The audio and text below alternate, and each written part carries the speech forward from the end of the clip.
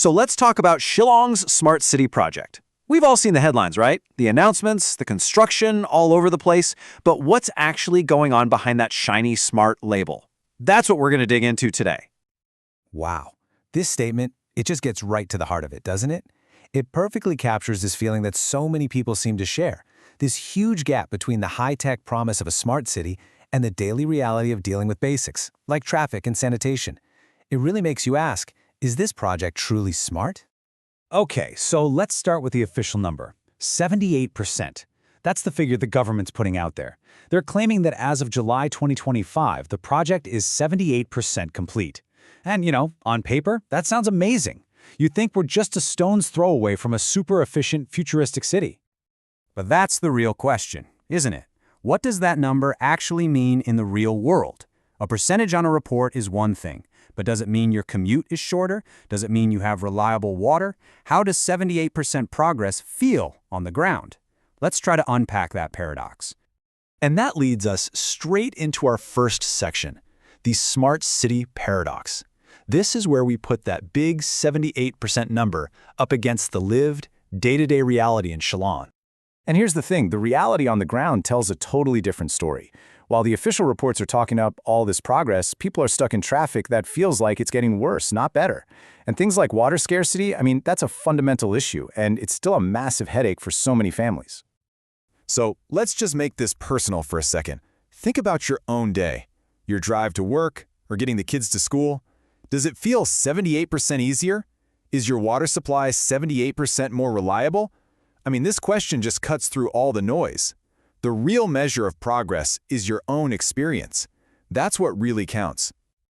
Now, another huge red flag you often see in big projects like this is a history of delays. So that brings us to our second section, this constant chase after a deadline that just keeps moving. There's actually a term for this. It's called deadline drift. And look, it's not just about a project being a little late. It's a pattern of pushing the finish line back again and again and again. It usually signals deeper problems, like poor planning or issues with management. And every time it happens, public trust goes down, and you can bet the costs go up. And here you can see it in action. The project's finish line has been a moving target. What was once supposed to be done by 2025 has now been officially pushed back to the middle of 2026. When the goalposts are always shifting like this, it becomes almost impossible to hold anyone accountable for the schedule. I just think this metaphor is perfect. It's like a student who keeps asking for an extension. At what point do you stop believing they just need more time and start thinking they're just not going to pass? Each delay probably adds to the final price tag, which means this project isn't just late, it's costing taxpayers more and more. So if the project's delayed and it's not solving the core problems, what is it focusing on? Well, that takes us to our third section, hard concrete, soft problems. This is all about the project's priorities. Okay, just look at this comparison. On one side, you see where a lot of the focus seems to be. New malls, big parking structures, decorative lights, very visible things. But on the other side, you have the city's chronic, deep-seated problems, the stuff that really needs fixing. Smart traffic management, fair water distribution, modern sanitation. There's a real disconnect. And, urban planning experts will tell you this is a common trap.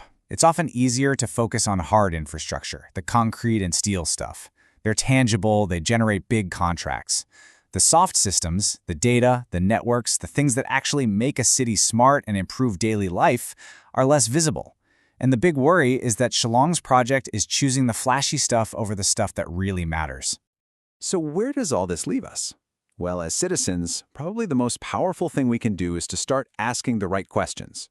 So for our final section, let's look at a few smart questions that this whole situation brings up. All right, here's a very specific, very powerful one. We know that when deadlines drift, costs tend to go up. So asking about the budget for a major component like the Polo Market project, well, that could tell us a lot.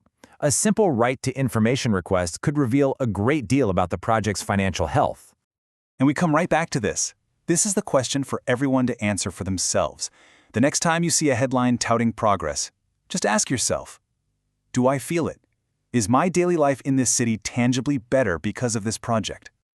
This one really puts the priorities into perspective, right? A truly smart city has to nail the basics first. If fundamental services like waste management aren't being made smarter and more efficient, it raises some serious questions about the logic of spending so much on more glamorous projects. And that leaves us with this one last big question. Is the Shillong Smart City project genuinely focused on fixing the most urgent problems for its people? Or has it become more about visible construction than real, meaningful improvement? It's definitely something to think about. Thanks for tuning in.